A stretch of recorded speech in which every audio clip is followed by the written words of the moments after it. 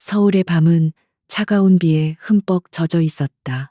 은성그룹의 회장 강태주는 방금 막 끝난 지루하고 소모적인 이사회를 뒤로하고 자신의 마이바흐 뒷좌석에 깊숙이 몸을 묻었다. 창밖으로 무심하게 흘러가는 도시의 불빛들은 굵은 빗줄기에 부딪혀 형체를 잃고 흐릿한 색채에 강이 되어 일렁였다. 그의 머릿속은 온통 방금 전의 회의에서 오고 갔던 숫자들과 전략들로 가득 차 있었다. 감정에 동요한 그의 세계에서는 불필요한 사치일 뿐이었다. 차량이 강남의 번화가를 지나 한적한 골목길로 접어들었을 때였다. 갑자기 운전기사가 조심스럽게 속도를 줄이며 나지막이 말했다. 회장님 앞에 무슨 일이 있는 것 같습니다. 태주는 미간을 살짝 찌푸리며 서류에서 눈을 뗐다. 그의 완벽하게 계획된 귀가 동선에 예기치 않은 변수가 끼어드는 것은 그가 가장 싫어하는 일 중 하나였다. 그의 시선은 빗물이 흐르는 차창 너머 어두운 골목 안쪽으로 향했다. 그곳에는 편의점의 희미한 불빛에 의지한 채 3명의 건장한 남자들에게 둘러싸인 한 여자가 있었다. 여자는 낡은 오토바이 옆에 위태롭게 서 있었고 온몸은 비에 흠뻑 젖어 있었다. 그녀의 가냘픈 어깨는 공포 때문인지 추위 때문인지 미세하게 떨리고 있었다. 남자들은 술에 취한 듯 비틀거리며 여자에게 무언가 저속한 농담을 던지고 있었고 그들의 불쾌한 웃음소리는 빗소리를 뚫고 태준의 귀에까지 희미하게 들려왔다. 태준은 잠시 그 광경을 무심하게 응시했다. 그것은 그의 세상과는 아무런 관련이 없는 그저 도시의 지저분한 이면일 뿐이었다. 그는 다시 서류로 눈을 돌리려 했다. 하지만 그 순간 여자가 겁에 질린 와중에도 필사적으로 자신의 배달 가방을 끌어안으며 남자들을 노려보는 눈빛을 보았다. 그 연약하지만 꺾이지 않으려는 저항의 몸짓이 이상하게도 그의 예정된 무관심에 작은 균열을 만들었다. 그는 나지막이 한숨을 내쉬었다. 차 세워. 태준의 목소리는 얼음처럼 차가웠다. 그의 명령에 운전기사는 즉시 차를 갓길에 세웠다. 그는 이런 종류의 무질서를 혐오했다. 약자를 향한 비겁한 폭력 통제되지 않는 혼돈. 그것은 그가 구축해온 질서, 정연한 세계에 대한 모독과도 같았다. 그는 우산도 쓰지 않은 채 차 문을 열고 빗속으로 걸어나갔다. 최고급 이탈리아 원단으로 만들어진 그의 양복이 순식간에 차가운 빗물에 젖어들었지만 그는 전혀 개의치 않았다. 태준이 골목 안으로 들어서자 그의 압도적인 존재감에 시끄럽던 남자들의 움직임이 순간 멈칫했다. 그들은 머리부터 발끝까지 수천만 원을 호가하는 차림새를 한 남자가 왜 이런 누추한 골목에 나타났는지 이해할 수 없다는 표정이었다. 태준의 시선은 그들을 마치 길가의 벌레를 보듯 차갑게 훑었다. 그의 눈에는 어떠한 감정도 담겨 있지 않았기에 오히려 그 무감각함이 상대방을 더욱 위축시켰다. 무슨 문제라도 있나? 태준의 목소리는 낮고 조용했지만 그 안에 담긴 위압감은 골목의 공기를 얼어붙게 만들기에 충분했다. 술기운의 객기를 부리던 남자 중 하나가 앞으로 나섰다. 뭐야, 이 자식은 상관없는 일에 끼어들지 말고 꺼져. 하지만 그의 말은 채 끝나기도 전에 태준의 다음 한마디에 의해 가로막혔다. 자네들 대성건설 직원들인가? 그 작업복 낯이 있군. 그 말에 남자들의 얼굴이 하얗게 질렸다. 자신들의 소속을 한눈에 알아본 것도 놀라웠지만 그 남자의 말투에는 그들의 회사를 하찮게 여기는 듯한 기운이 역력했다. 태주는 자신의 스마트폰을 꺼내 들었다. 최 사장에게 전화를 해볼까? 자기 직원들이 밤늦게 이런 짓을 하고 다닌다는 걸 알면 아주 좋아하겠군. 아마 내일 아침이면 자네들은 모두 일자리를 잃게 되겠지. 그는 마치 날씨 이야기를 하듯 담담하게 말했다. 대성건설은 최근 은성그룹의 하청을 받기 위해 필사적으로 매달리고 있는 회사 중 하나였다. 그들 앞에서 은성그룹 회장의 이름을 직접 거론할 필요도 없었다. 최 사장이라는 이름과 그의 말투만으로도 남자들은 자신들이 건드려서는 안 될 사람을 건드렸다는 사실을 본능적으로 깨달았다. 그들은 겁에 질려 서로의 얼굴만 쳐다보다가 이내 꼬리를 내리고 비굴한 목소리로 사과하며 허둥지둥 어둠 속으로 사라졌다. 순식간에 골목에는 정적이 찾아왔다. 굵은 빗소리와 함께 이제는 한지원이라는 이름의 배달원과 강태준 단둘만이 남았다. 지원은 아직 상황 파악이 되지 않는 듯 멍하니 태준을 올려다보고 있었다. 흠뻑 젖은 머리카락이 뺨에 달라붙어 있었고 창백한 얼굴에는 놀라움과 경계심이 뒤섞여 있었다. 태준의 눈에 비친 그녀는 폭풍우에 휩쓸린 작은 새처럼 그저 가엾고 보호 본능을 자극하는 존재일 뿐이었다. 태준은 그녀에게로 시선을 옮겼다. 그녀의 낡은 유니폼 소매는 아까의 실랑이 중에 찢어져 있었고 바닥에는 넘어진 배달통에서 쏟아진 음식이 빗물에 섞여 엉망이 되어 있었다. 그는 다시 한번 작게 한숨을 쉬었다. 괜찮나? 그의 질문은 다정함과는 거리가 멀었다. 그것은 마치 의사가 환자의 상태를 확인하는 것처럼 지극히 사무적이고 건조한 물음이었다. 지원은 그제야 정신을 차린 듯 작게 고개를 끄덕였다. 그녀는 무언가 말을 하려고 입을 열었지만 태주는 그녀에게 기회를 주지 않았다. 그는 다시 차로 돌아가 운전기사가 들고 있던 자신의 예비용 검은색 장우산을 가져왔다. 그리고는 그것을 지원의 손에 쥐어주었다. 갑작스러운 행동에 지원의 눈이 동그래졌다. 우산 손잡이에서 느껴지는 묵직하고 고급스러운 감촉은 그녀가 평생 만져본 적 없는 종류의 것이었다. 이걸 쓰고 가게. 태주는 말을 마친 뒤 자신의 지갑에서 명함 한 장을 꺼내 우산을 든 그녀의 다른 손에 쥐어주었다. 순백색의 두꺼운 종이 위에는 은성그룹 회장 강태준이라는 글자와 함께 간결한 연락처가 금박으로 새겨져 있었다. 만약 저들이 다시 문제를 일으키거나 배상 문제로 곤란해지면 이쪽으로 연락하도록. 그의 말은 여전히 감정이 배제된 채였지만 그 내용은 부인할 수 없는 호의였다. 지원은 자신의 손에 들린 우산과 명함을 번갈아 내려다보았다. 이 남자는 대체 누구일까? 그는 왜 자신을 도와준 것일까? 수많은 질문이 머릿속을 맴돌았지만 그녀는 차마 입을 뗄 수가 없었다. 남자의 주변을 맴도는 차갑고 단단한 공기가 그녀의 모든 질문을 삼켜버리는 것만 같았다. 그녀는 겨우 목소리를 쥐어짜내 감사합니다 라고 작게 속삭였다. 그것이 그녀가 할 수 있는 전부였다. 태주는 그녀의 인사를 듣는 둥, 마는 둥, 이미 모든 용무를 마쳤다는 듯 뒤돌아섰다. 그는 더 이상 이 지저분한 골목에 그리고 이 가엾은 여자에게 시간을 낭비할 이유가 없었다. 그의 세상은 효율과 결과로 이루어져 있었고 방금의 사건은 이미 처리 완료된 사안일 뿐이었다. 그는 다시 자신의 차에 올랐고 부드러운 엔진음과 함께 검은색 마이바흐는 빗속으로 미끄러지듯 사라졌다. 혼자 남은 지원은 한동안 그가 사라진 방향을 멍하니 바라보았다. 그녀의 머리 위에서는 그가 남기고 간 거대하고 튼튼한 우산이 세찬 비를 완벽하게 막아주고 있었다. 그녀는 천천히 고개를 숙여 자신의 손에 들린 명함을 내려다보았다. 강태준. 빗물에 번지지 않은 선명한 금박 글자가 그녀의 시야에 들어왔다. 잠시 후 그녀의 입가에 누구도 예측할 수 없는 희미한 미소가 떠올랐다. 그 미소에는 감사함 이상의 아주 복잡하고 심오한 무언가가 담겨 있었다. 방금 전까지 겁에 질려 떨고 있던 가냘픈 소녀의 눈빛은 온데간데 없었다. 대신 그 자리에는 모든 것을 꿰뚫어 보는 듯한 깊고 차가운 심연이 자리 잡고 있었다.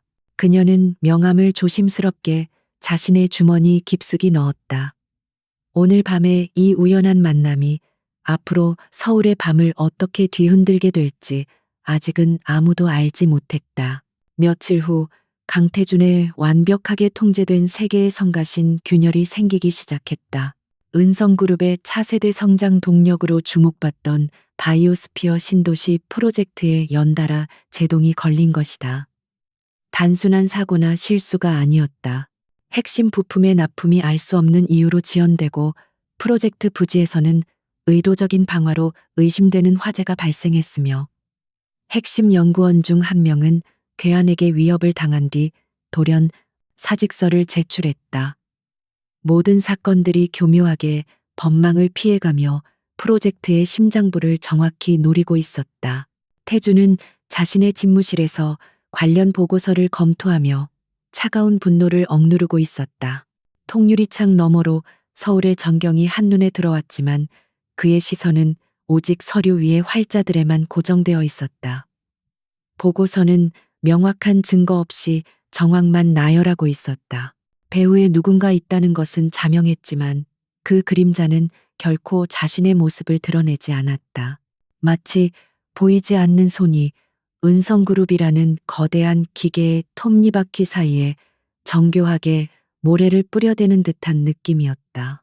최진환 회장 쪽의 소행일 가능성이 가장 높습니다. 김 비서가 조심스럽게 입을 열었다. 최진환 호성그룹의 회장이자 업계에서 가장 비열하고 탐욕스러운 인물로 정평이 난 자였다. 그는 오랫동안 은성그룹의 자리를 호시탐탐 노려왔으며 정상적인 방법으로는 태준의 상대가 되지 않는다는 것을 스스로 잘 알고 있었다. 따라서 이런 비열한 수단을 동원하는 것은 그의 방식에 완벽하게 부합했다. 태준은 대답 대신 손가락으로 책상을 천천히 두드렸다. 그의 머릿속에서는 이미 수십 가지의 대응 시나리오가 그려지고 있었다. 하지만 상대가 어둠 속에서 움직이는 한 섣불리 움직이는 것은 더 큰 위험을 초래할 수 있었다. 그는 이런 식의 혼탁한 싸움을 경멸했다. 모든 것이 명확한 데이터와 논리에 의해 결정되는 전장이 그가 선호하는 무대였다. 증거를 찾아 그 뱀의 꼬리가 아니라 머리를 물어올 증거를. 그의 목소리는 강철처럼 단단했다. 그날 오후 복잡한 머리를 식히기 위해 태주는 잠시 회사를 나섰다. 그가 종종 들르는 조용한 갤러리 카페는 복잡한 현실로부터 잠시나마 그를 분리시켜주는 공간이었다. 부드러운 클래식 음악이 흐르는 카페에 들어선 그는 창가 자리에 앉아 막 커피를 주문하려던 참이었다. 바로 그때 그의 시선이 카페 한 구석에 앉아 있는 한 여자의 뒷모습에 머물렀다. 왠지 모르게 낯이 익은 실루엣이었다. 그녀가 천천히 고개를 돌렸을 때 태주는 가벼운 놀라움을 느꼈다. 며칠 전 비 내리던 골목에서 만났던 그 배달원이었다. 한지원. 하지만 지금 그녀의 모습은 그날 밤의 처량하고 가냘픈 모습과는 완전히 달랐다. 젖은 유니폼 대신 깔끔한 면바지에 평범한 스웨터를 입고 있었지만 중요한 것은 옷차림이 아니었다. 그녀의 자세는 흐트러짐 없이 꼿꼿했고 무언가를 응시하는 그녀의 눈빛은 놀라울 정도로 집중력이 넘치고 날카로웠다. 그녀의 시선은 카페 건너편 테이블에 앉은 두 명의 남자에게 고정되어 있었다. 남자들은 주위를 살피며 조심스럽게 서류 가방을 교환하고 있었다. 평범한 비즈니스맨처럼 보였지만 그들의 행동에는 어딘지 모르게 부자연스러운 긴장감이 감돌았다. 지원은 그들을 관찰하고 있었다. 그것은 단순한 호기심 어린 시선이 아니었다. 마치 사냥감이 사냥의 대상을 분석하듯 냉정하고 치밀한 관찰이었다. 태주는 직감적으로 그녀가 그저 우연히 그곳에 앉아 있는 것이 아님을 깨달았다. 바로 그 순간 지원의 시선이 잠시 허공을 향했다가 창가에 비친 자신의 모습을 통해 태준을 발견했다. 그녀의 눈이 순간적으로 미세하게 커졌. 그리고 다음 순간 그녀의 얼굴에서 그 날카롭던 기운은 거짓말처럼 사라졌다. 대신 그 자리에는 며칠 전 그 골목에서 보았던 약간은 놀란 듯하고 어색해하는 표정이 떠올랐다. 그 변화는 너무나 자연스러워서 태주는 자신이 순간적으로 무언가를 착각했나 하는 생각마저 들었다. 태주는 자신도 모르게 자리에서 일어나 그녀에게로 다가갔다. 그가 다가오자 지원은 자리에서 일어나 가볍게 목례를 했다. 저번에 도와주셔서 정말 감사했습니다. 그녀의 목소리는 작고 부드러웠다. 우산은 어떻게 돌려드려야 할지 계속 고민하고 있었습니다. 그녀의 말과 행동은 그날 밤의 가냘픈 배달원의 모습과 완벽하게 일치했다. 하지만 태준의 머릿속에서는 아까 그 예리한 눈빛이 지워지지 않았다. 괜찮아. 그럴 필요 없다. 태준은 무심하게 대답하며 그녀를 찬찬히 뜯어보았다. 여기엔 어쩐 일이지? 그의 질문에는 자신도 모르는 사이에 약간의 신문의 뉘앙스가 섞여 있었다. 지원은 잠시 망설이는 듯하다가 이내 희미하게 웃으며 대답했다. 아, 친구를 기다리고 있어요. 근처에서 아르바이트를 하거든요. 지극히 평범하고 설득력 있는 대답이었다. 하지만 태주는 그녀의 대답을 곧이곧대로 믿을 수 없었다. 그의 시선이 그녀의 손으로 향했다. 가늘고 하얀 손이었지만 손등에는 희미하게 아물어가는 상처 자국이 있었다. 날카로운 것에 베인 듯한 아주 전문적으로 치료된 흔적이었다. 그리고 그가 다가왔을 때 그녀의 시선이 아주 짧은 순간 카페의 입구와 비상구를 향했던 것을 그는 놓치지 않았다. 그것은 위험에 익숙한 자들의 본능적인 습관이었다. 이 여자는 그가 처음 판단했던 것처럼 단순한 존재가 아니었다. 더 이상 대화를 이어갈 명분을 찾지 못한 태주는 짧게 고개를 끄덕이고는 자신의 자리로 돌아왔다.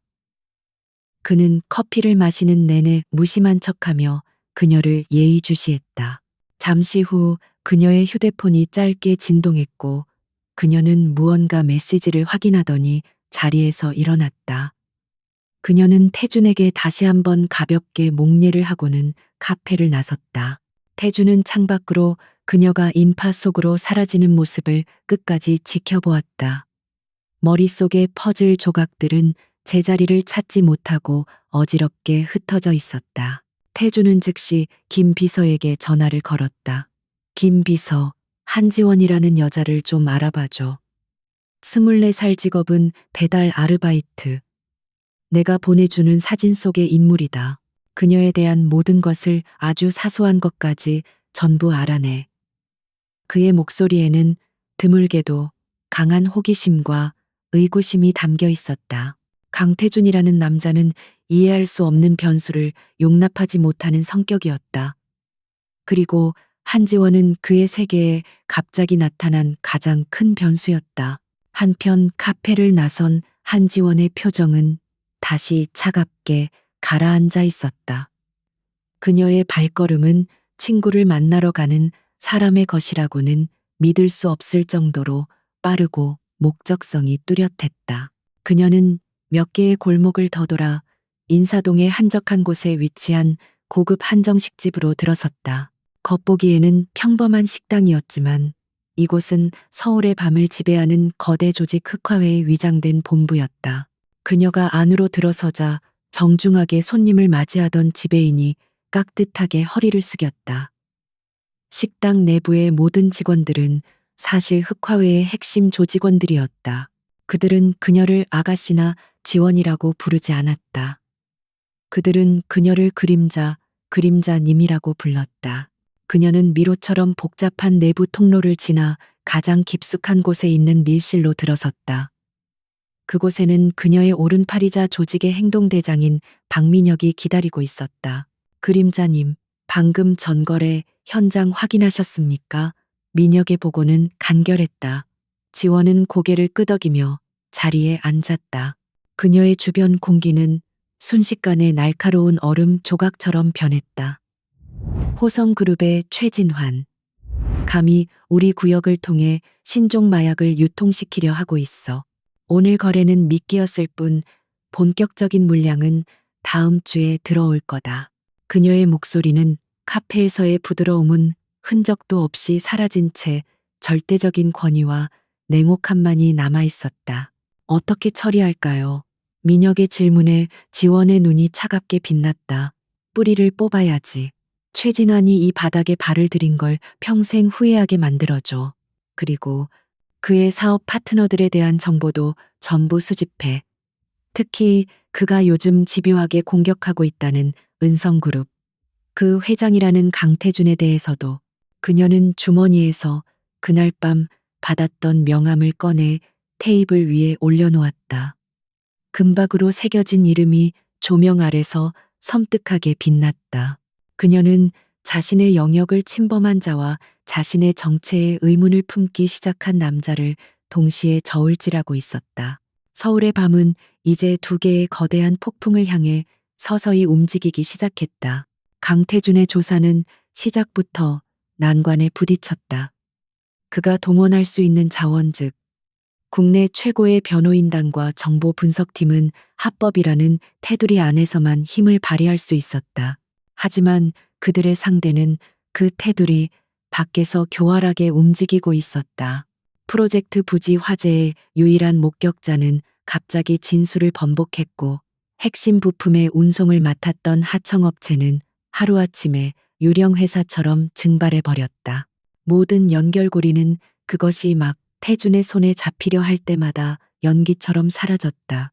그는 마치 거대한 거미줄의 중심에 앉아 있는 기분이었다. 거미줄의 모든 움직임은 감지할 수 있었지만 거미줄을 흔드는 실체는 짙은 안개 속에 가려져 있었다. 최진환의 지시라는 심증은 확신에 가까워졌지만 법정에 제출할 수 있는 물증은 단 하나도 없었다. 태준은 자신의 사무실에서 도시의 야경을 내려다보며 씁쓸함을 느꼈다. 그가 평생을 바쳐 쌓아 올린 이성과 논리의 성이 비이성적인 폭력과 음모 앞에서 무력하게 흔들리고 있었다. 그때 김 비서가 조심스럽게 사무실로 들어와 서류철 하나를 내밀었다. 며칠 전 태준이 지시했던 한지원에 대한 신상정보 보고서였다. 태준은 말없이 서류를 받아들고 첫 장을 넘겼다. 그러나 페이지를 넘길수록 그의 미간에 잡히는 주름은 더욱 깊어졌다. 보고서의 내용은 너무나도 평범하고 깨끗해서 오히려 비현실적일 정도였다. 보고서에 따르면 한지원은 어린 시절 사고로 부모를 잃고 보육원에서 자랐으며 고등학교를 졸업한 이후로는 각종 아르바이트를 전전하며 평범하게 살아온 것으로 되어 있었다. 이웃과 친구들의 증언도 일치했다. 조용하고 성실하지만 그다지 눈에 띄지 않는 학생. 그게 전부였다. 범죄 기록은커녕 교통법규 위반 사실조차 없었다. 그녀의 삶은 마치 누군가 의도적으로 만들어낸 이야기처럼 흠잡을 데 없이 단조로웠다. 이게 전부인가 태준이 서류에서 눈을 떼지 않은 채 물었다. 네, 회장님. 금융거래 내역 통신 기록까지 모두 확인했지만 특이점은 없었습니다. 말 그대로 유령처럼 살아온 사람입니다. 김비서의 대답에 태준은 차갑게 코웃음을 쳤다. 유령. 그래 어쩌면 그게 가장 정확한 표현일지도 몰랐다. 카페에서 마주쳤던 그 날카로운 눈빛과 본능적인 경계심은 결코 평범한 아르바이트생에게서 나올 수 있는 것이 아니었다. 아무것도 없다는 것, 그 자체가 가장 큰 특이점이야. 태준은 보고서를 테이블 위로 던졌다. 이건 진짜 삶의 기록이 아니야. 누군가에 의해 완벽하게 설계된 가짜 신분이지. 김비서 합법적인 방법은 이제 그만둬. 업계에서 가장 유능하다는 흥신소를 고용해 그림자 속을 들여다볼 수 있는 자들로. 나는 그녀의 진짜 얼굴을 봐야겠어. 그의 목소리에는 이제 단순한 호기심을 넘어선 반드시 진실을 파헤치고야 말겠다는 강한 의지가 담겨 있었다. 같은 시각 강태준이 바라보는 도시의 화려한 불빛이 닿지 않는 어두운 항구의 한 폐창고에서는 전혀 다른 방식의 조사가 이루어지고 있었다. 창고 안은 서늘한 냉기와 비릿한 생선 냄새, 그리고 짙은 공포의 기운으로 가득 차 있었다. 한 남자가 의자에 묶인 채 거친 숨을 몰아쉬고 있었고 그의 앞에는 흑화회의 행동대장 박민혁이 무표정한 얼굴로 서 있었다. 그리고 그 모든 것을 약간 떨어진 어둠 속에서 한 지원이 말없이 지켜보고 있었다. 의자에 묶인 남자는 최근 흑화회의 구역에서 신종 마약을 유통시키다 붙잡힌 호성그룹의 중간 관리자였다. 그는 처음에는 입을 굳게 다물고 있었지만 민혁의 체계적이고 무자비한 설득 앞에서 그의 저항은 오래가지 못했다. 지원은 피와 비명이 난무하는 과정을 지켜보면서도 눈 하나 깜빡하지 않았다. 그녀에게 이것은 분노나 증오의 표현이 아니었다. 자신의 왕국을 지키기 위한 지극히 효율적이고 필요한 절차일 뿐이었다. 마침내 남자의 입에서 모든 정보가 쏟아져 나오기 시작했다. 최진환 회장님의 지시입니다. 은성그룹을 무너뜨리기 위한 자금이 필요하다고. 그래서 이 루트를 잠시만 이용하라고 했습니다. 남자는 공포에 질려 더듬거리며 말했다.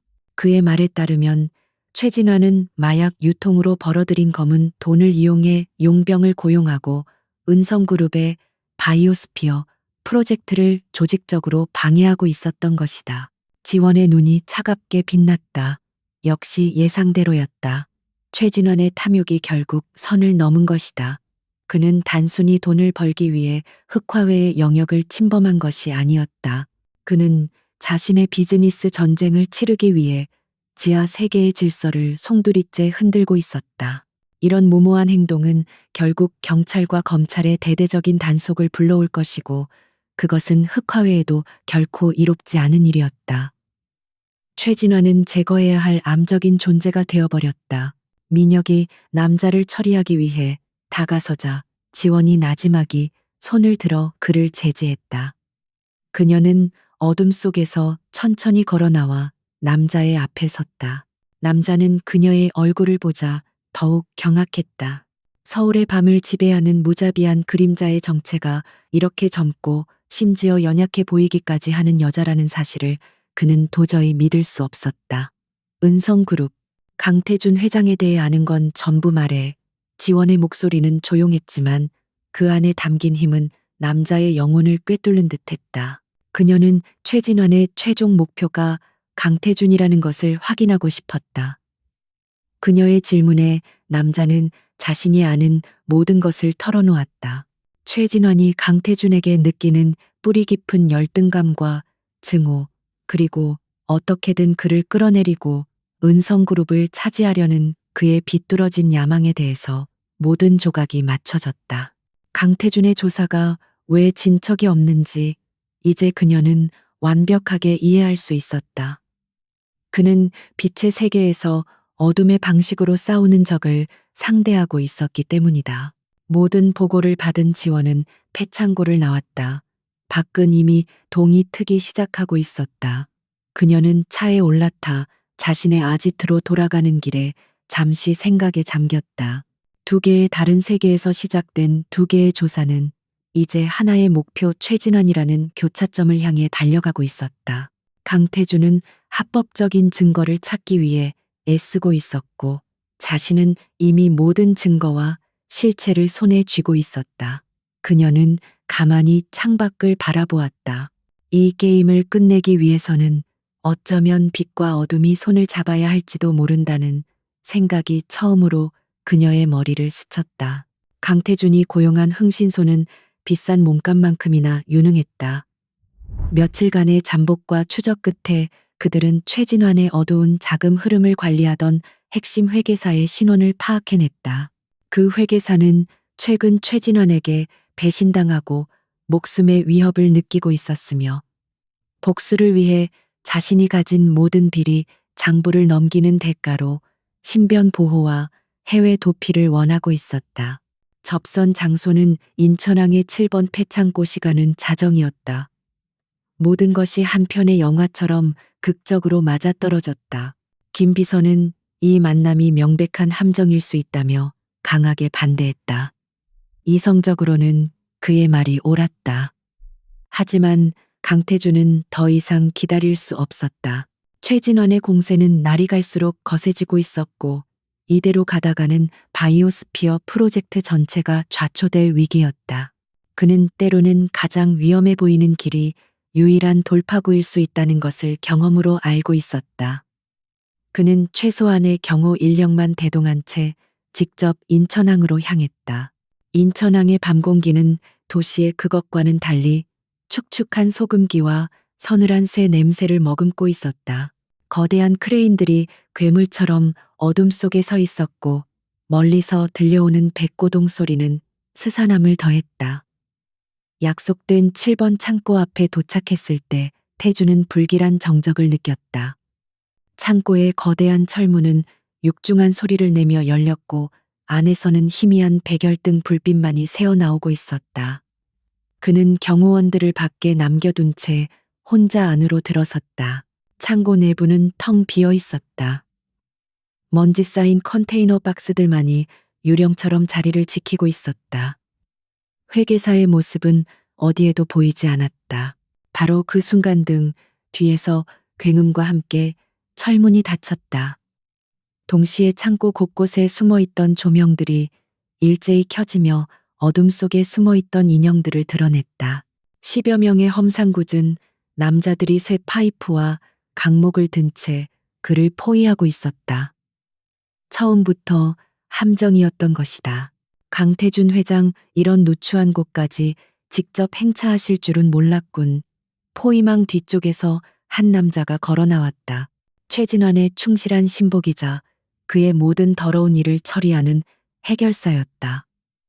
그의 손에 들린 태블릿 화면에는 만족스러운 미소를 띤 최진환의 얼굴이 떠 있었다. 이사회실은 자네의 영역이겠지만 강 회장, 이런 바닥은 내 세상이야. 똑똑한 머리도 쇠 파이프 앞에서는 별 수 없다는 걸 가르쳐 주지. 최진환의 조롱 섞인 목소리가 창고 안에 울려 퍼졌다. 태주는 주위를 둘러보았다. 빠져나갈 구멍은 없었다. 그는 평생을 지성과 전략으로 싸워왔지만 지금 그가 마주한 것은 원시적인 폭력이었다. 그는 조금의 두려움도 내비치지 않은 채 차갑고 침착한 목소리로 말했다. 나를 제거한다고 해서 은성그룹이 내 것이 될 것 같나 어리석군. 그의 조용한 도발에 남자들의 얼굴이 더욱 흉악하게 일그러졌다. 그건 나중에 걱정할 문제고 일단은 내 놈부터 처리해야지. 최진환이 화면 속에서 싸늘하게 명령했다. 그 말을 신호로 남자들이 일제히 태준을 향해 움직이기 시작했다. 태준은 눈을 감았다. 그의 머릿속은 초고속으로 회전하며 단 하나의 생존 가능성이라도 찾아내려 애썼지만 결과는 절망적이었다. 그의 완벽했던 인생이 이런 허무하고 비참한 방식으로 막을 내리게 될 줄은 몰랐다. 바로 그 순간이었다. 창고의 모든 조명이 펑하는 소리와 함께 일제히 꺼졌다. 완벽한 어둠이 내렸다. 남자들은 당황하여 욕설을 내뱉으며 주위를 두리번거렸다. 몇 초간의 정적, 그리고 그 정적을 깨고 어둠 속에서 섬뜩할 정도로 조용한 움직임이 시작되었다. 비명 소리조차 없었다. 묵직한 타격음과 뼈가 부러지는 소리, 그리고 사람들이 쓰러지는 소리만이 간헐적으로 들려왔다. 그것은 싸움이라기보다는 일방적인 사냥에 가까웠다. 태주는 숨을 죽인 채 어둠 속에서 벌어지는 일을 감지하려 했었다. 10여 명의 장정들이 정체 모를 적들에게 속수무책으로 당하고 있었다. 잠시 후 창고의 비상등 하나가 희미하게 켜졌다. 그 불빛 아래 드러난 광경은 가히 충격적이었다. 최진환의 부하들은 모두 바닥에 쓰러져 신음하고 있었고 그들 주변에는 검은색 특수복을 입은 그림자 같은 인물들이 서 있었다. 그들의 움직임에는 한치의 낭비도 없었고 그들의 존재감은 살아있는 무기 그 자체였다. 검은 옷의 인물들이 양옆으로 갈라지며 길을 열었다. 그리고 그 길의 끝 어둠 속에서 한 사람이 천천히 걸어 나왔다. 또각또각 조용한 창고 안에 울리는 구두 소리는 마치 사형 집행인의 발걸음처럼 침착하고 위압적이었다. 희미한 비상등 불빛이 마침내 그 모습을 드러냈을 때 강태준은 자신의 눈을 의심했다. 그는 숨 쉬는 것조차 잊어버렸다. 그곳에 서 있는 것은 한지원이었다.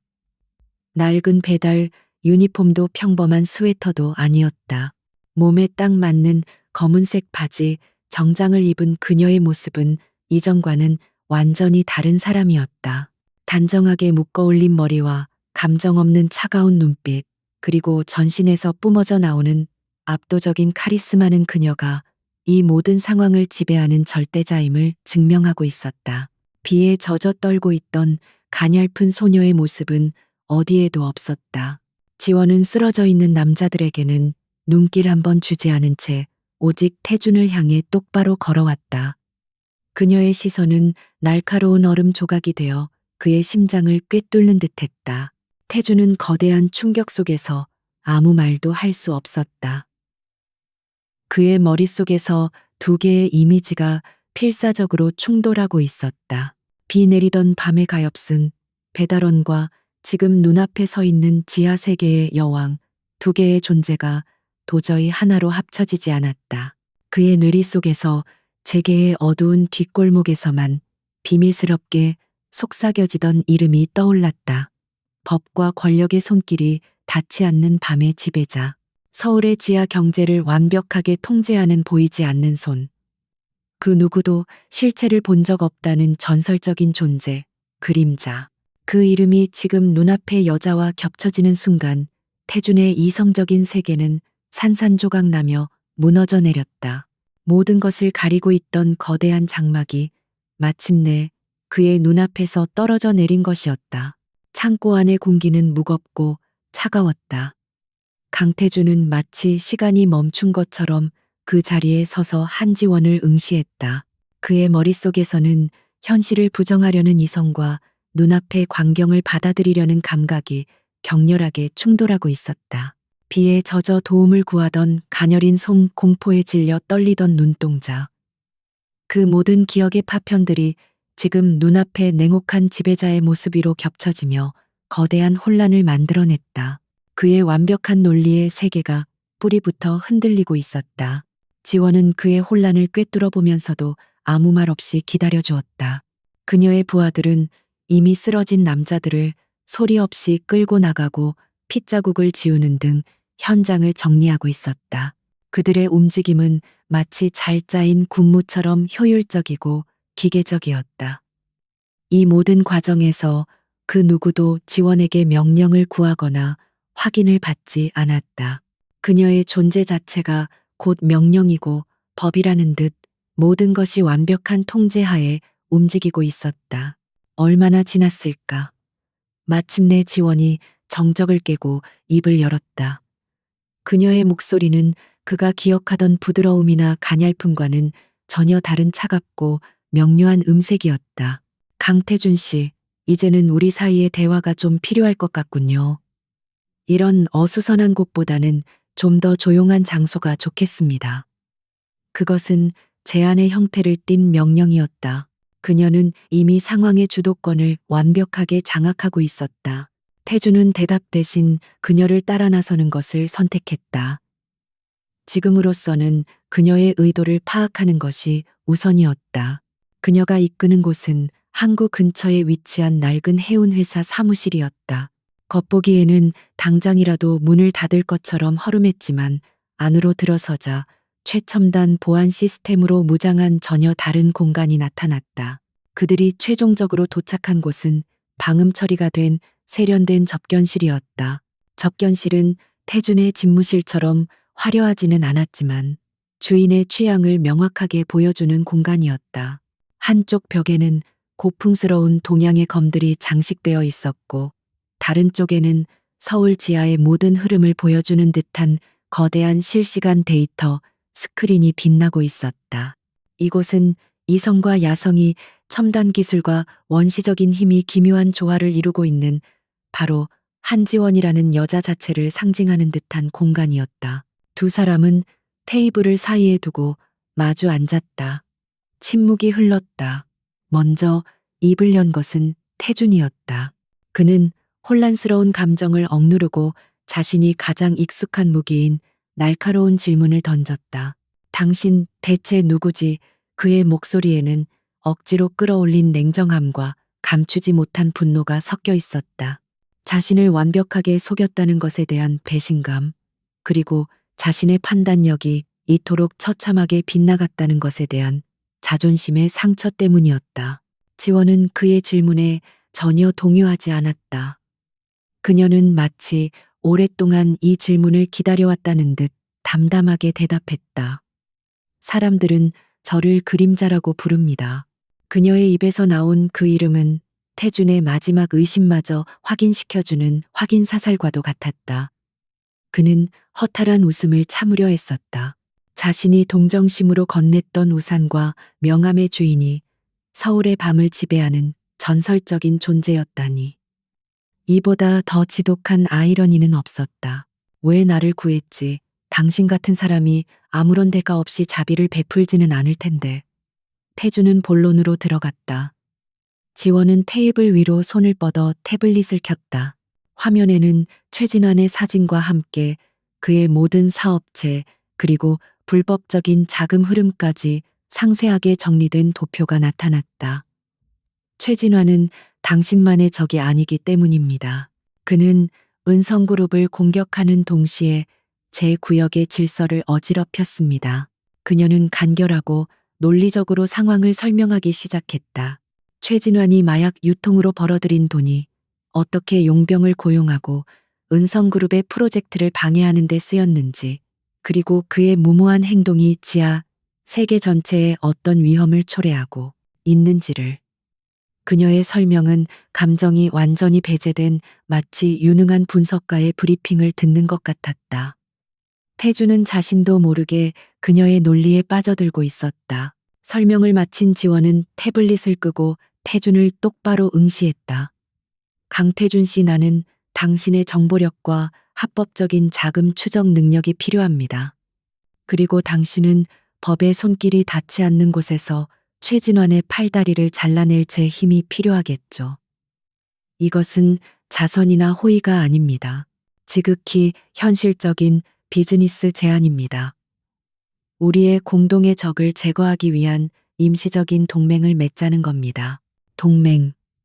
그 단어는 태준의 머리를 강하게 내리쳤다. 범죄 조직의 수장과 손을 잡으라고.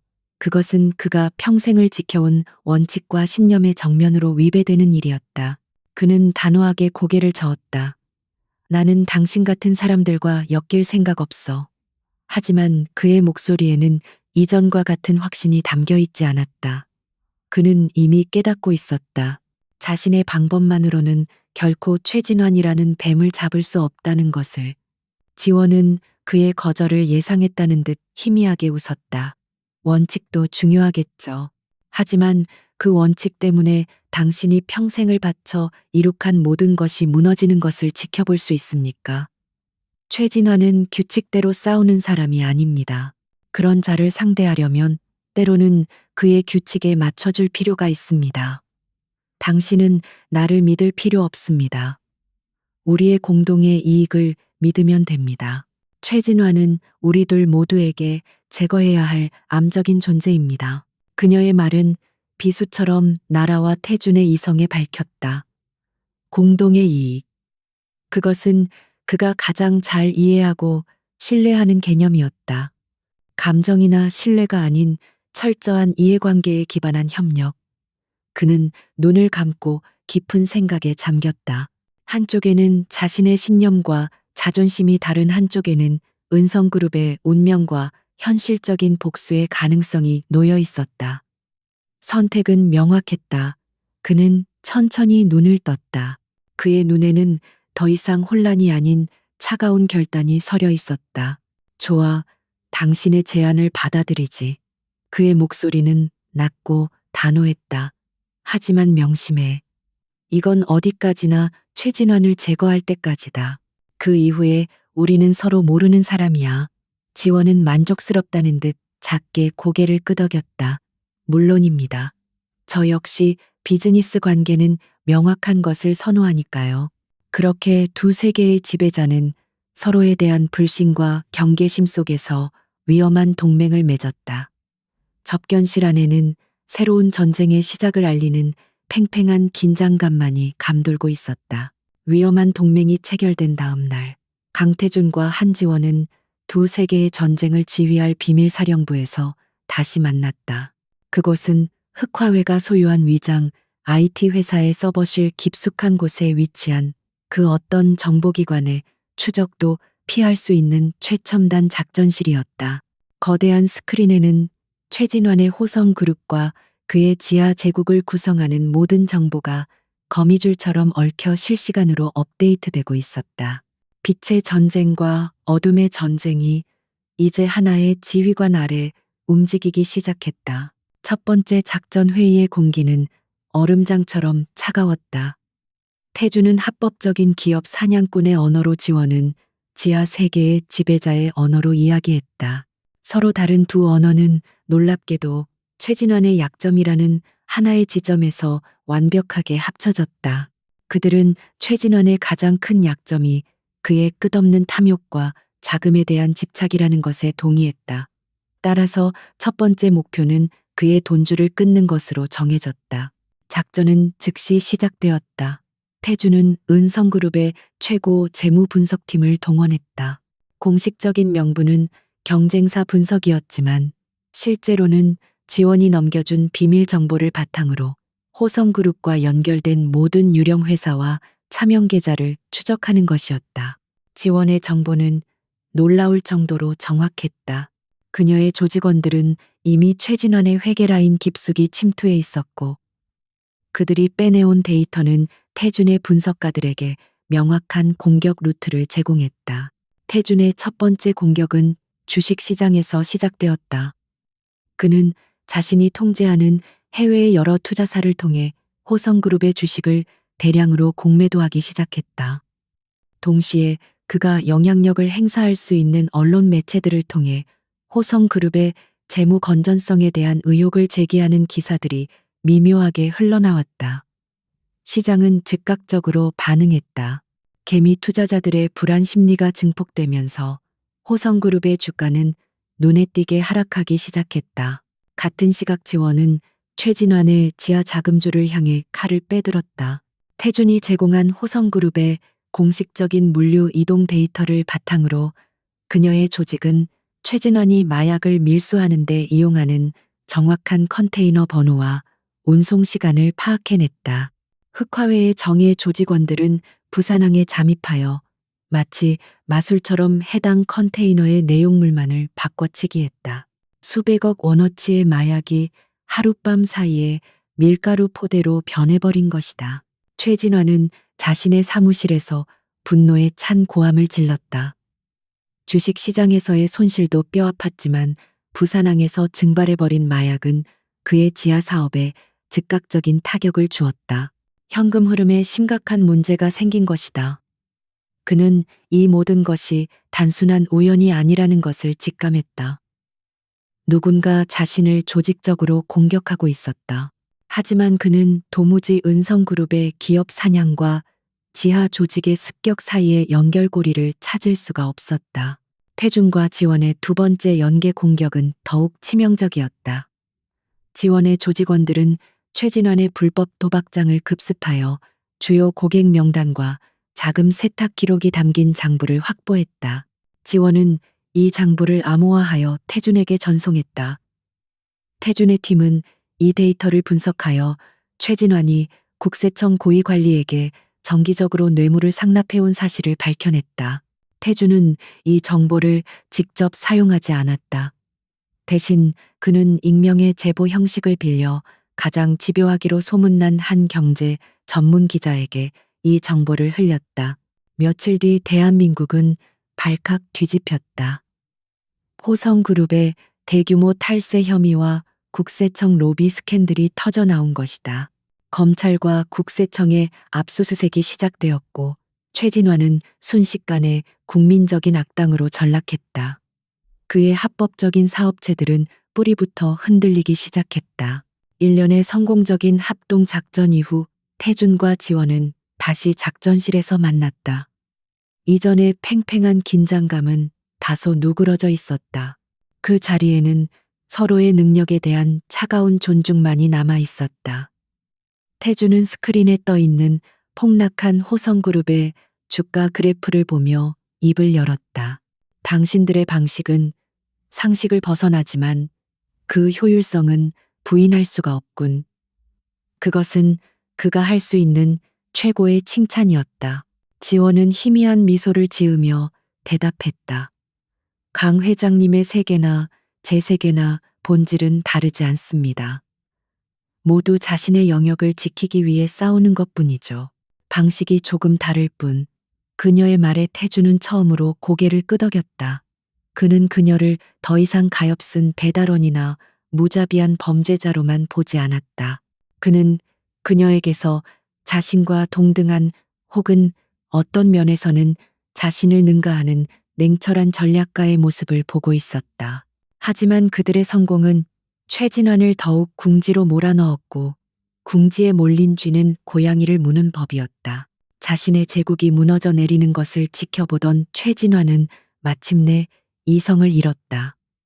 그는 더 이상 사업체를 공격하는 소극적인 방식으로는 이길 수 없다는 것을 깨달았다. 그는 자신의 마지막 남은 충복들에게 새로운 명령을 내렸다. 그것은 사업체가 아닌 사람을 직접 노리라는 잔혹하고 비열한 명령이었다. 보이지 않는 적을 향한 그의 광기 어린 반격이 막 시작되려 하고 있었다. 궁지에 몰린 최진화는 더 이상 이성적인 판단을 내리지 못했다. 그의 눈은 연일 폭락하는 주가와 막대한 손실을 알리는 보고서들로 인해 핏발이 서 있었다. 합법과 불법을 가리지 않고 양쪽에서 조여오는 압박은 그의 숨통을 쥐고 있었다. 그는 자신이 보이지 않는 유령과 싸우고 있다는 공포에 휩싸였고 그 공포는 이내 광기 어린 분노로 변했다. 그는 자신의 마지막 남은 자금과 가장 잔인한 용병들을 끌어모아 최후의 발악을 준비했다. 그의 반격은 상상 이상으로 비열하고 신속했다.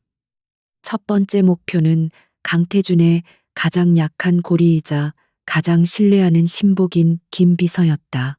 늘 그림자처럼 태준의 곁을 지키던 김 비서는 그날 저녁 태준의 개인적인 서류를 전달하기 위해 평소와 같이 움직이고 있었다. 주차장으로 향하던 그의 앞을 검은색 벤 차량이 막아섰고 순식간에 건장한 남자들이 내려 그를 제압했다. 저항할 틈도 없는 군사작전을 방불케 하는 완벽한 납치였다. 강태준은 자신의 펜트하우스에서 김 비서가 오기를 기다리고 있었다. 약속된 시간이 한참 지나도 그가 나타나지 않자 불길한 예감이 태준의 심장을 옥죄기 시작했다. 그는 즉시 전화를 걸었지만 돌아오는 것은 싸늘한 기계음 뿐이었다. 바로 그때 그의 개인 휴대폰으로 발신자 불명의 메시지 한 통이 도착했다. 메시지에는 의자에 묶인 채 의식을 잃고 있는 김 비서의 사진과 함께 짧은 문장이 적혀 있었다. 게임의 규칙이 바뀌었다. 순간 태준의 온몸의 피가 차갑게 식었다. 그는 평생을 거대한 위기 속에서도 평정심을 잃어본 적이 없었다. 하지만 지금 자신의 충직한 부하가 무력하게 붙잡혀 있는 사진 앞에서 그의 이성은 속수무책으로 무너졌다. 그는 즉시 경찰청장에게 전화를 걸고 동원할 수 있는 모든 인맥을 움직이려 했다. 하지만 그는 알고 있었다. 공식적인 절차는 너무 느리고 최진원 같은 자에게는 통하지 않는다는 것을. 절망의 순간 그는 마침내 자신이 가장 외면하고 싶었던 선택지를 향해 손을 뻗었다. 그가 한지원에게 전화를 걸었을 때 그녀 역시 자신만의 지옥을 겪고 있었다. 바로 몇 분 전 흑화회의 주요 자금줄이자 핵심 조직원들의 안전가옥 역할을 하던 강남의 한 고급 클럽에 대대적인 기습이 있었던 것이다. 단순한 조폭들의 싸움이 아니었다. 가스 폭발로 위장한 테러에 가까운 공격이었고 현장은 순식간에 아수라장으로 변했다. 최진환이 고용한 해외 용병들은 흑화회의 방어 체계를 무력화시키고 막대한 피해를 입혔다. 지원은 보고를 받자마자 즉시 현장으로 달려갔다. 화염과 연기가 치솟는 클럽의 잔해 속에서 그녀는 부상을 입고 쓰러진 자신의 부하들을 마주해야 했다. 그녀의 가족과도 같았던 조직원들이 피를 흘리며 신음하고 있었다. 그 처참한 광경 속에서 지원의 얼굴에서는 모든 감정이 사라졌다. 대신 그 자리에는 모든 것을 불태워버릴 듯한 차가운 분노의 불꽃이 타올랐다. 이것은 사업적인 침범이 아니었다. 명백한 선전포고이자 그녀의 권위에 대한 정면 도전이었다. 그녀의 오른팔인 박민혁이 파편에 팔을 다친 채 다가와 보고했다. 그림자님, 적들의 화력이 예상보다 훨씬 강했습니다. 전문적인 용병들입니다. 우리 조직원 중 5명이 목숨을 잃었습니다. 그 말에 지원은 조용히 눈을 감았다. 그녀의 침묵 속에서 주변의 공기는 살을 내는 듯한 살기로 가득 찼다.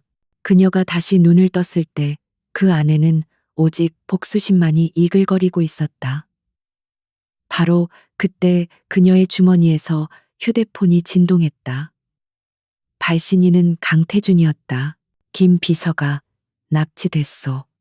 전화기 너머로 들려오는 태준의 목소리는 미세하게 떨리고 있었다. 그가 얼마나 필사적인 상황인지 목소리만으로도 충분히 느껴졌다. 지원은 자신의 눈앞에 펼쳐진 참상을 잠시 외면한 채 그의 말에 집중했다. 최진환이 동시에 2개의 전선을 상대로 전면전을 선포한 것이다. 그는 강태준과 그림자를 별개의 존재로 보고 각각에게 가장 고통스러운 방식으로 타격을 가한 것이 분명했다. 잠시 후 태준은 지원의 비밀 아지트로 직접 찾아왔다. 그는 그곳에서 자신이 상상했던 것과는 전혀 다른 풍경을 마주했다. 냉철하고 질서 정연할 것이라 생각했던 흑화회의 심장부는 부상자들을 치료하고 긴급하게 무기를 정비하는 조직원들로 인해 전쟁터를 방불케 했다. 그는 그제야 깨달았다. 자신이 도움을 청하러 온 그림자 역시 자신과 마찬가지로 최진환의 광기 어린 공격에 심각한 피해를 입었다는 사실을. 2 사람은 작전실에서 말없이 마주보았다.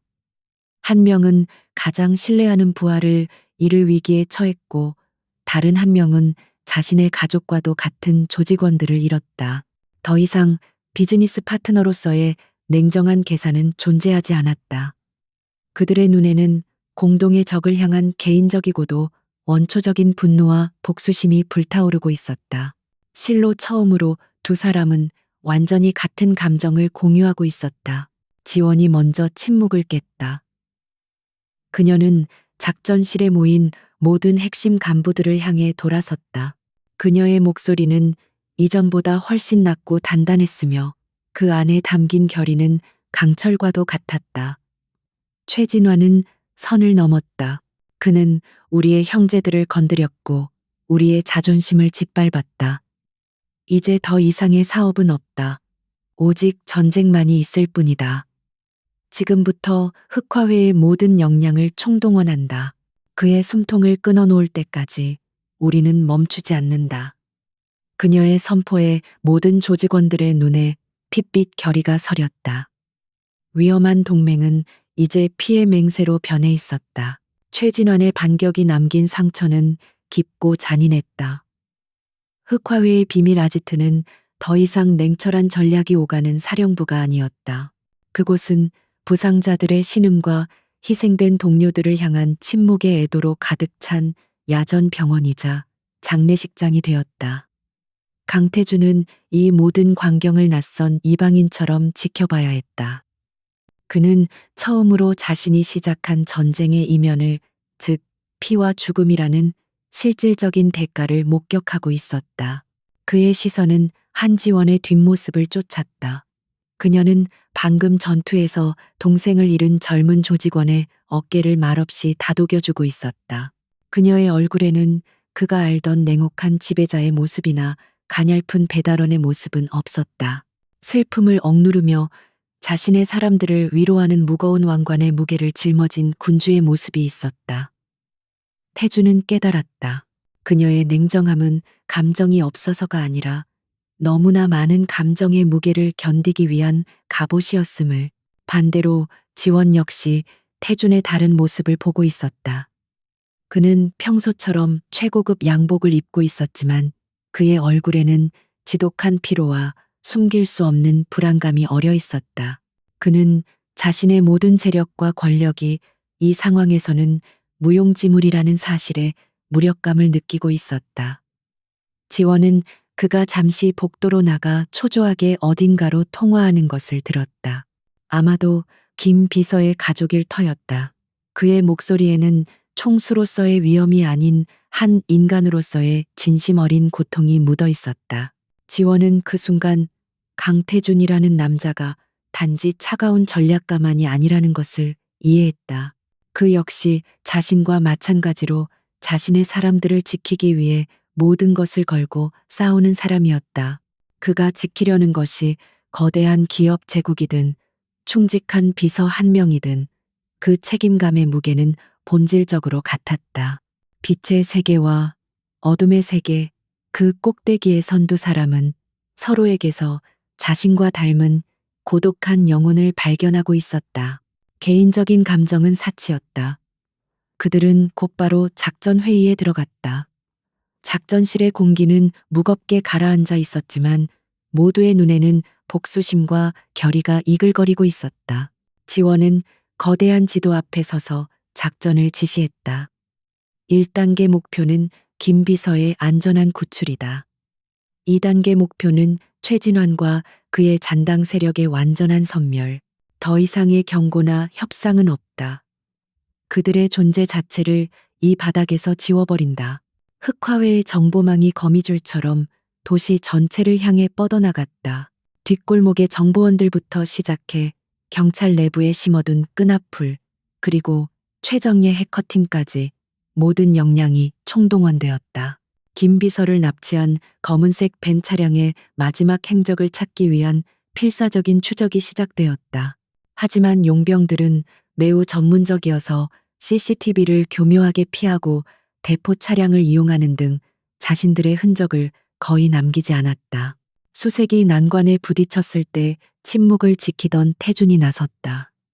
그들이 사용한 통신수단을 알아낼 수 있나 단순한 휴대폰이 아닐 거다. 그의 질문에 해커팀장이 보고했다. 추적이 불가능한 군용 수준의 위성 전화를 사용하고 있습니다.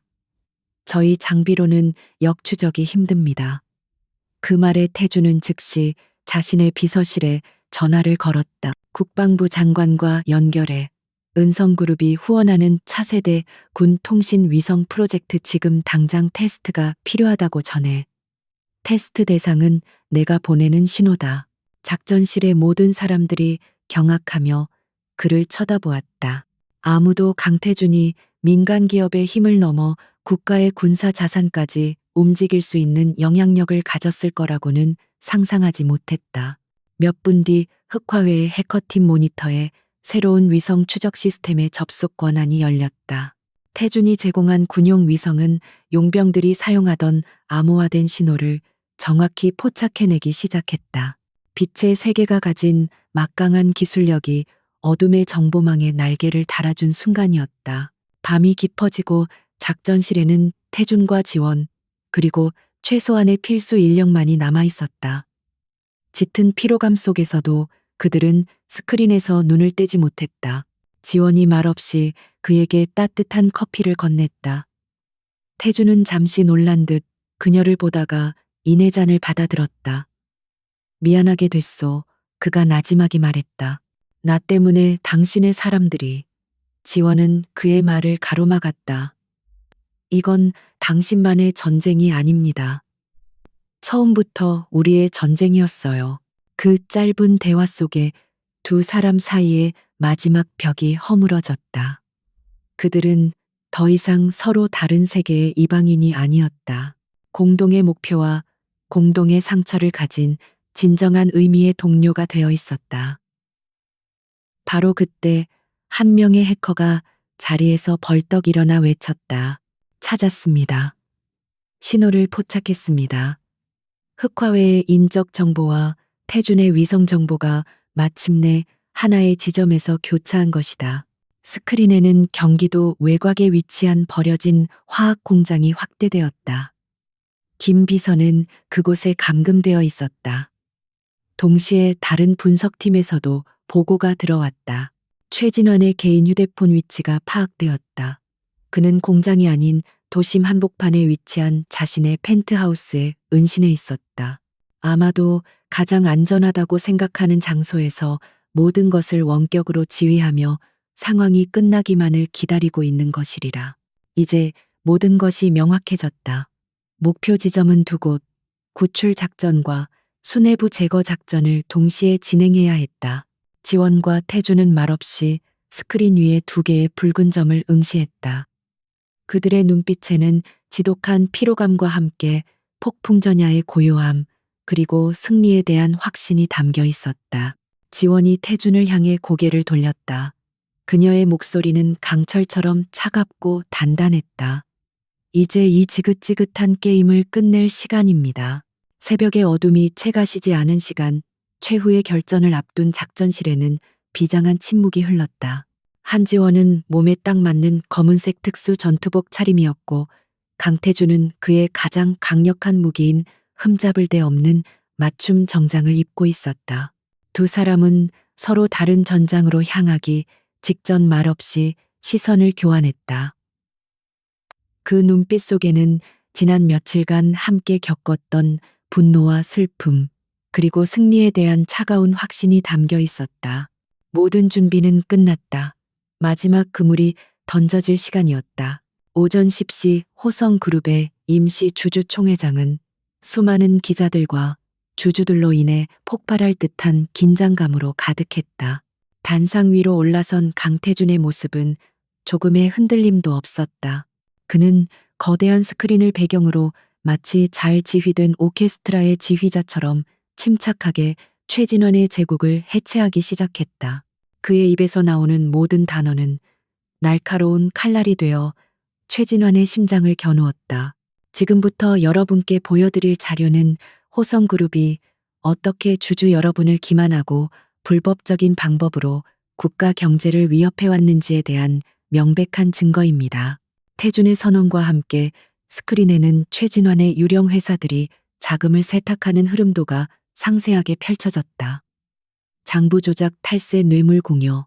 태준이 제시하는 증거들은 너무나도 명확하고 방대해서 회의장에 있던 그 누구도 감히 이의를 제기하지 못했다. 같은 시각 경기도 외곽에 버려진 화학 공장에서는 소리 없는 전쟁이 시작되고 있었다. 박민혁이 이끄는 흑화회의 최정예 구출팀은 유령처럼 공장 내부로 침투했다. 그들은 낡은 파이프 그림자를 이용해 몸을 숨기고 최소한의 움직임으로 경비를 서던 용병들을 하나씩 제거해 나갔다. 공장 내부는 위험한 화학 약품 냄새와 죽음의 긴장감으로 가득했지만 그들의 발걸음에는 한치의 망설임도 없었다. 한편 서울 도심의 가장 높은 곳에 위치한 최진환의 펜트하우스에서는 또 다른 전선이 형성되고 있었다. 지원이 이끄는 흑화회의 주력 부대는 건물의 보안 시스템을 무력화시키고 여러 루트를 통해 동시에 최상층으로 향했다. 그들은 엘리베이터 통로를 타고 오르고 외벽의 와이어에 의지해 침투했다.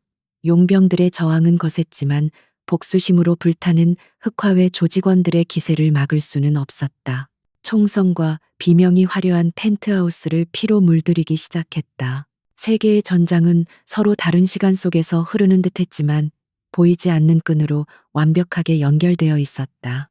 주주총회장에서 최진환 측 변호사가 태준이 제시한 증거가 불법적으로 수집되었다며 격렬하게 항의하는 순간 화학 공장에서는 구출팀이 김 비서가 감금된 방 앞에서 예상치 못한 추가 병력과 맞닥뜨렸다. 치열한 총격전이 벌어졌고 박민혁은 부상을 각오하며 동료들을 위한 돌파구를 열었다. 태준이 최후의 카드로 김 비서의 납치를 지시하는 최진환의 목소리가 담긴 녹음 파일을 재생하자 주주총회장은 경악과 분노로 술렁였다. 바로 그 순간 박민혁의 팀은 마침내 김 비서를 구해내는데 성공하고 퇴각로를 확보하기 시작했다.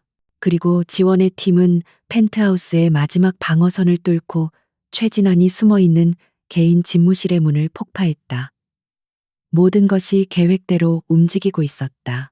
문이 부서지는 굉음과 함께 지원은 마침내 자신의 눈앞에서 무너져 내리고 있는 왕국의 왕과 마주했다.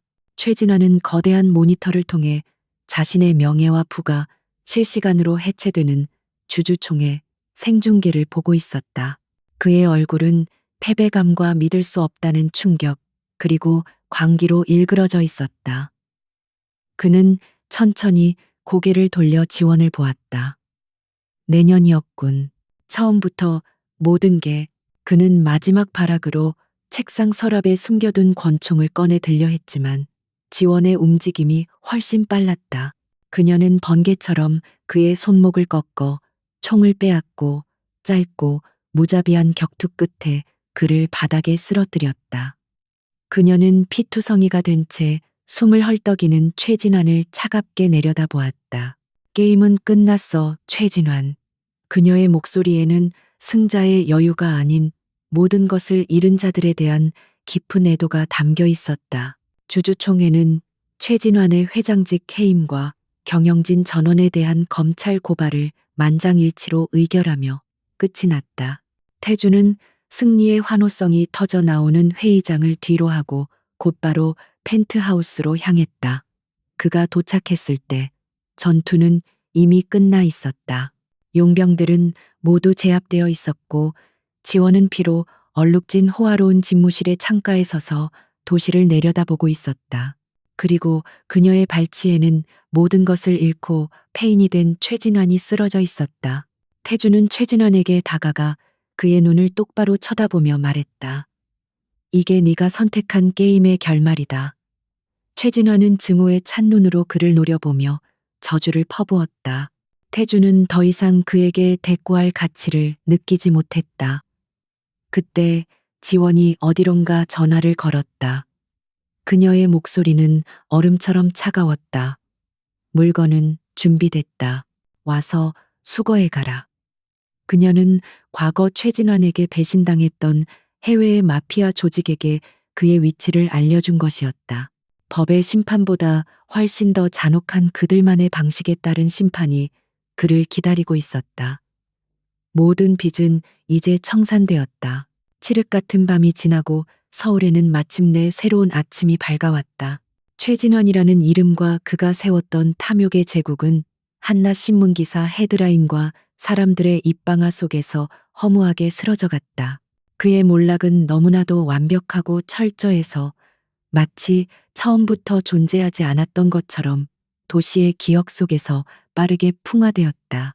법의 심판대와 지하 세계의 규칙, 그 양쪽 모두에서 그는 가장 비참한 방식으로 대가를 치렀다. 몇 주 후 강태주는 완전히 회복한 김 비서의 병실을 찾았다. 창밖으로 쏟아지는 따스한 햇살 속에서 김 비서는 진심이 담긴 목소리로 고개를 숙였다. 회장님, 제 목숨을 구해주셨습니다.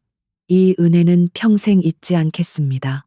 태주는 말없이 창밖을 바라보며 나지막이 대답했다. 자네는 내게 단순한 비서 이상이야. 가족을 지키는 것은 당연한 일이지.